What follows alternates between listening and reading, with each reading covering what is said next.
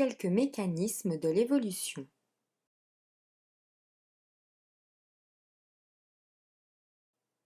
Au sein d'une population, un même caractère héréditaire présente des variations.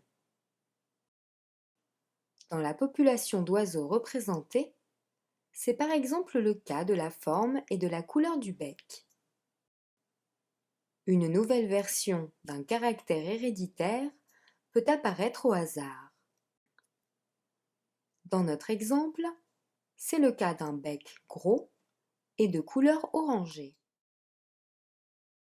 Si les conditions du milieu favorisent les individus ayant la nouvelle version du caractère héréditaire qui est apparue, les individus d'une population portant ce caractère avantageux laisseront plus de descendants.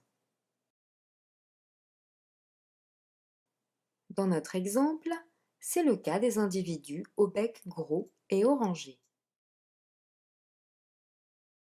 Ce processus se répète de génération en génération. Il est appelé la sélection naturelle. Sous l'effet de la sélection naturelle, une population se modifie au cours du temps.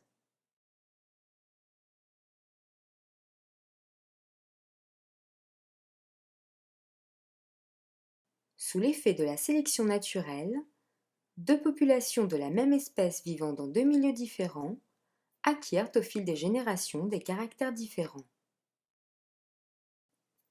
En effet, lorsque l'environnement change, certains caractères héréditaires, et donc certains allèles, sont avantagés par rapport à d'autres.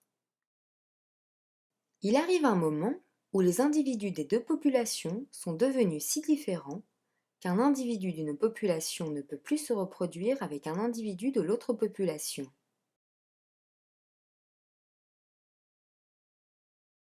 Les deux populations sont devenues deux espèces différentes. Ce processus est l'évolution biologique.